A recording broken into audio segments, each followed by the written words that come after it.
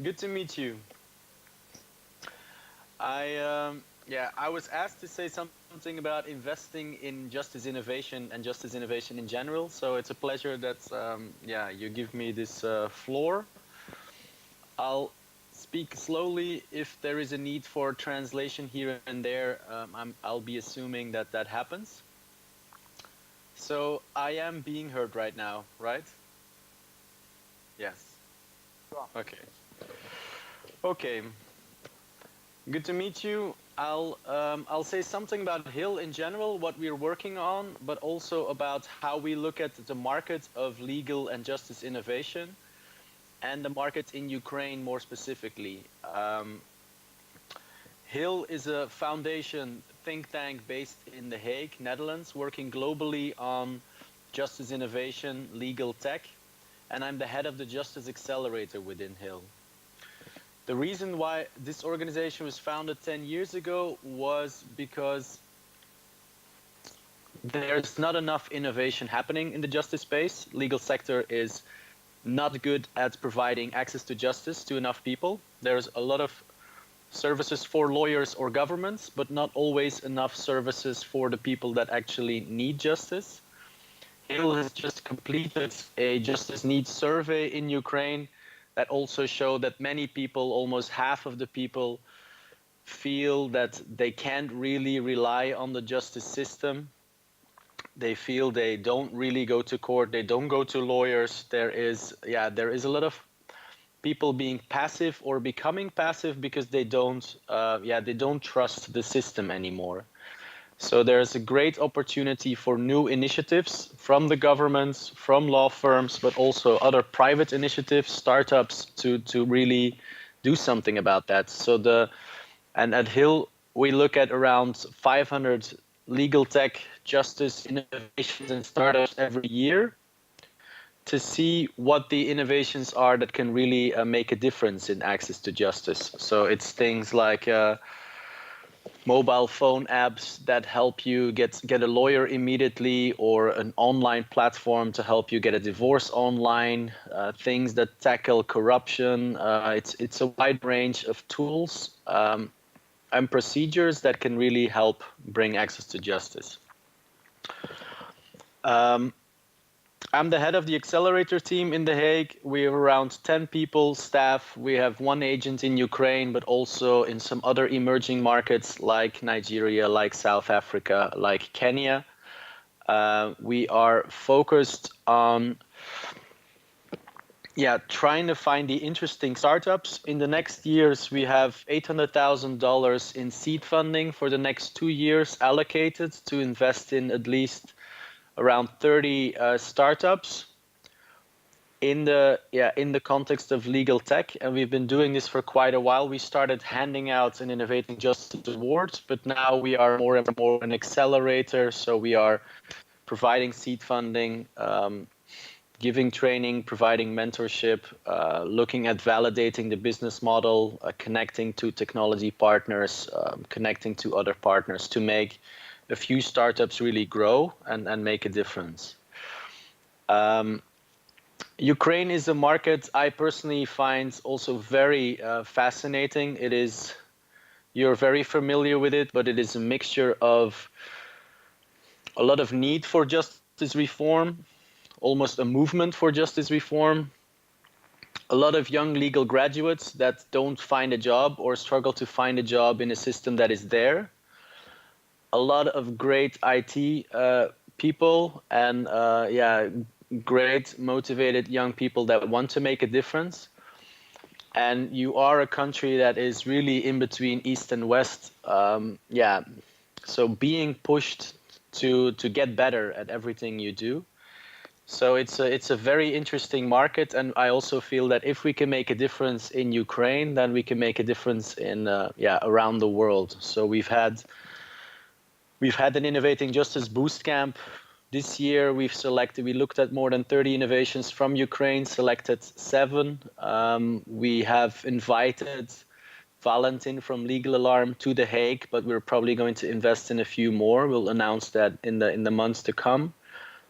We are committed to staying in Ukraine. There is We're working with Dimitri Foremny in seeing what the potential is there. There is a number of trends in justice and legal tech, like blockchain is becoming more and more important as a tool for rights management, smart contracts, etc. So with the industry you have in Ukraine and the expertise around blockchain, that's very interesting. Big data is becoming more and more important. How can you predict cases, the probability of winning cases? How can you create more transparency in this sector? So all these things are trends and are also present in Ukraine. So there's a number of partners interested. I think Ukraine has a number of interesting players like progressive law firms, like Uskutum, for example, or a platform leader like Liga, but also interesting young teams and startups. So it's an interesting mixture. These are some of the general things I wanted to point to. I'm a little bit, it's a bit sad I can't see the audience, so I don't even really know who I'm speaking to. It's here, please be sure. Everything is fine. fine. The audience is there. Do you think the audience might have a question for me or something that they might be even more interested in? Audience, а у вас есть вопросы? Just a second, let me check. Yeah. А есть у вас вопросы? Нет? То есть вам не интересно, когда умрут юристы, сколько денег они дают юридическим стартапам, были ли у них экзиты? Не интересно? Yes, they have a number of questions. And one of them, do you hear me? Yeah, I hear you. The question is, did you have any exits? Maybe not in Ukraine, but worldwide. Thank you. We did not have exit yet because we have been focused more on access to justice. What we have been doing is, I think, increased our amount of seed funding every year by more than 100%. So now we are, I think we've invested in about 20, of which 60 are still alive and growing. We've had an impact on 1.2 million people through the investment we made, but we never took equity so far. We're only starting with taking equity this year because now we have almost 1 million to spend. So we have been focused a bit more on building the ecosystem with some partners like Ford Foundation, Ministries of Foreign Affairs, City of The Hague, to make sure that the legal sector and legal industry ecosystems are growing. And now we are going to take equity this year. So the exit so far was not our intention or our mission yet. We can show from the investments we made, I can tell you that we've invested around 400,000 in seed funding so far, and that has led to additional investments of around $10 million, $12 million. So we're quite happy with those figures, both in terms of social impact and leading to additional investments. And what are we did not take equity yet. What are the most interesting, I don't know, legal spheres for you to invest? At which legal startups you look? Yeah, it depends a bit on the country and the context. There are, in Africa, in some place you have land rights is a very interesting one, or water rights. We have in Ukraine, I would say blockchain and big data is interesting. There have been a lot of forms in justice, but I think the whole virtual reality segment that's opening up, and that augmented reality can also lead to some interesting applications in justice and legal.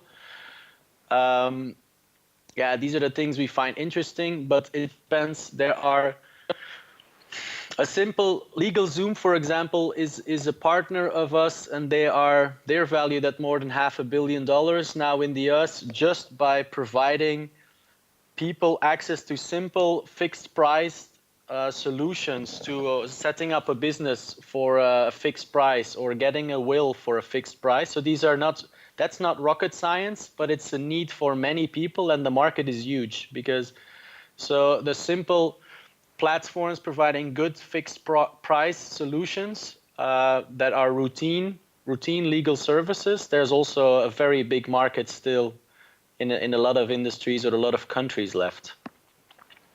I think that maybe we now are having some guys who are thinking about the legal startup here in the audience. And what are the requirements for the team or for the project itself to be able to apply for your program? Yeah. We're looking for a team that's complementary and really committed to both financial return on investment in the long term and social impact. So for us, it is also important that there's a focus on access to justice in the end, that it benefits citizens. We have a number of criteria: financial sustainability, scalability. Uniqueness is interesting for us. So if you stand out from the others, if you use a chatbot in a very different way, or virtual reality, or if you can become a role model or a first mover that brings justice in a whole new domain, that's interesting for us. That's how innovative you are. But a good team with a good plan that can build a good minimal viable product that is that's impressive in its simplicity is interesting for us. And feel free to send us a mail, or we can connect you to Dimitri, the local agent, if you don't know him yet. So we can always start a conversation to see if your idea is interesting or if your team, and we can start guiding you a little bit also. Well, thank you. And probably the last question from the audience, which is very active here. Which problems you believe are really, can you compare Ukraine maybe with other jurisdictions, like European jurisdictions? And can you tell, do we really have problems in Ukraine which stop us from making good legal startups? Or these problems are actually not problems, but opportunities for us? I see more opportunities than problems for Ukraine right now, even though politically it's very sensitive. But you have an amazing technological backbone, like a strong environment, some progressive players. I think in terms of investing in Ukraine, it still feels a little bit scary. And I know some startups they actually want to move out. They want to either set up a legal entity in London or go to Silicon Valley. So I think I think that is still, it feels a little bit risky from abroad to invest in Ukraine. But I don't know if that is still the reality, and I think Ukraine is working hard to change that quickly, because that's very important. So that may be the only stumbling block. And for the rest, I would also say it's interesting that you are in between Europe and Russia and a Russian-speaking market that is, it's very delicate right now, but at the same time, it is also a powerful combination. So I think you have some really the motivated, highly skilled people that you have that want to make a difference right now. That is a very strong asset.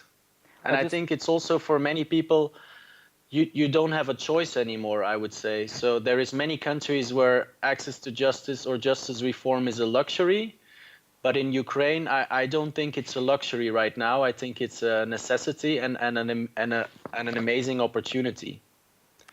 So that's how I look at it from The Hague. I just wanted to show you that actually I'm not alone here, and we really have an audience. I can see the audience finally. It's a little bit dark, but we understand that we do not have any other choice. So, and this is our opportunity. Thank you very much, Wilfried. Hope to see you here in Kiev. Yeah. Have a good day. Thank you. Yeah. Bye-bye.